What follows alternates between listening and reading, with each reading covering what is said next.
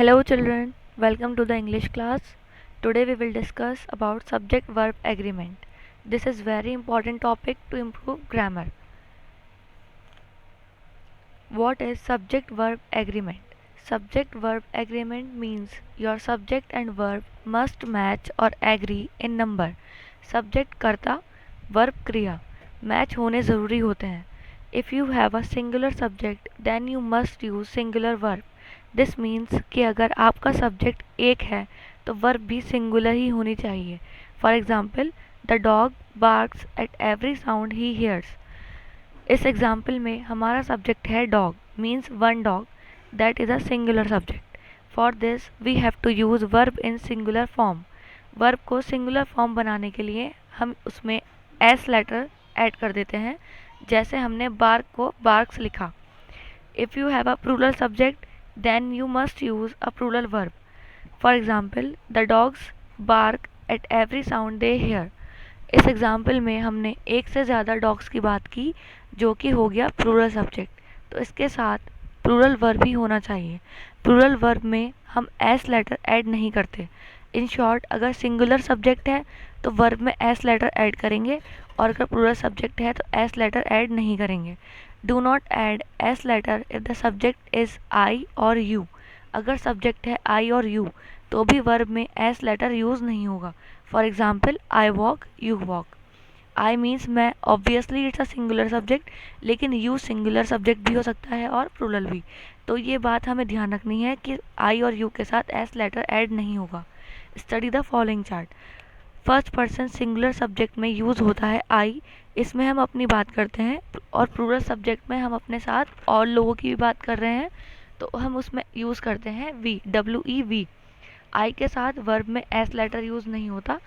We यानी हम, तो ये हुआ प्लूरल सब्जेक्ट, तो इसमें वी वर्ब के साथ एस लेटर यूज़ नहीं होगा. सेकंड पर्सन वो होता है जिससे हम बात कर रहे हों, तब हम बोलते हैं कि यू यानी तुम. यू सिंगुलर भी हो सकता है, प्लूरल भी, अगर ज़्यादा लोग हों. यू के साथ तो हम एस लेटर यूज़ करेंगे ही नहीं, चाहे सिंगुलर सब्जेक्ट हो या प्लूरल. थर्ड पर्सन होता है जिसके बारे में हम बात कर रहे हैं. अगर थर्ड पर्सन सिंगुलर सब्जेक्ट है, यानी कि सिर्फ एक ही पर्सन की बात हो रही है, तो हम वर्ब को सिंगुलर बनाते हैं उसमें एस लेटर ऐड कर कर. For example, he runs. He means एक लड़का, तो हुआ सिंगुलर, तो वर्ब भी सिंगुलर बनेगी एस लेटर ऐड कर कर, तो हो गया रन्स.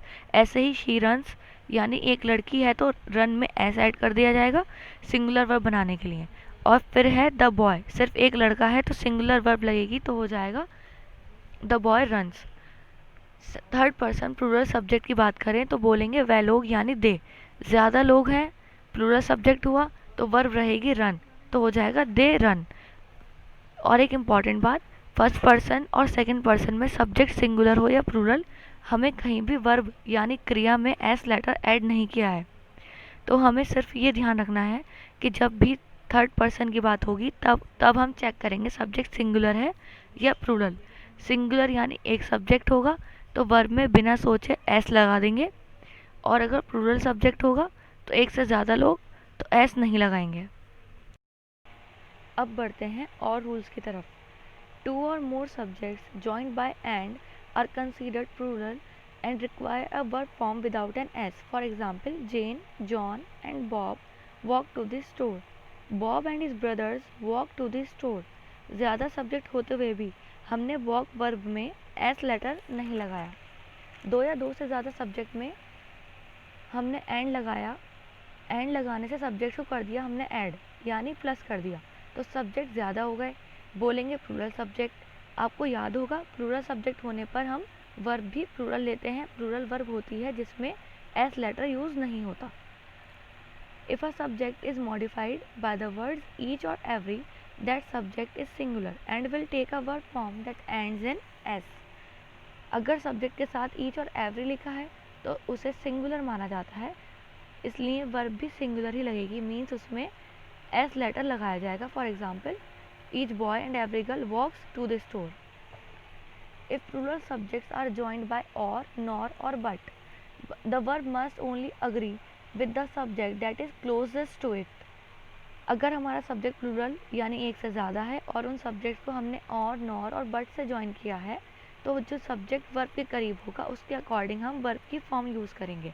अगर वर्ब के करीब सब्जेक्ट सिंगुलर है तो वर्ब को एस लगाकर सिंगुलर बना देंगे, और अगर प्लूरल सब्जेक्ट वर्ब के करीब है तो वर्ब में एस लेटर नहीं लगाएंगे। फॉर एग्जाम्पल, आइदर बॉब और his brother walks to the store. Brother है तो एक भाई, वर्ब के करीब है तो हमने वॉक में एस लगा दिया।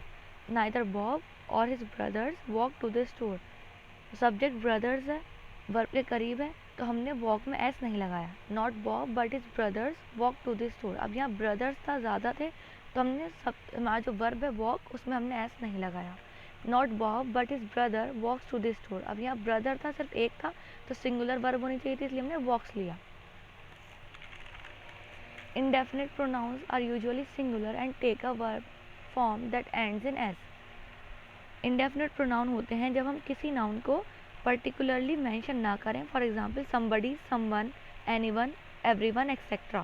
हम ऐसे प्रोनाउंस को सिंगुलर मानते हैं। For example, everyone walks to the store, everything comes back eventually. हमने walk का walks कर दिया है और come का comes कर दिया सिंगुलर वर्ब बनाने के लिए। When a collective noun such as family, group, committee or class is the subject, the verb ends in s letter. For example, my family with all my crazy cousins always walks to the store. एक family subject है तो verb walk में S use किया। जब अलग अलग nouns को मिलाकर एक नाउन बना दिया जाए, जैसे फैमिली, ग्रुप, तो उन्हें कलेक्टिव नाउन कहते हैं। जब एक कलेक्टिव नाउन की बात होगी तो वह सिंगुलर ही माना जाएगा।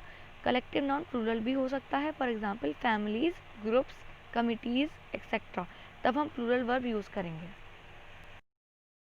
अ few nouns such as economics, mumps, measles और news end in S but are considered singular. You can tell these s words are singular because if you take the s away, you don't have a noun. अगर आप इन words से s हटा दोगे तो ये noun नहीं रहेंगे।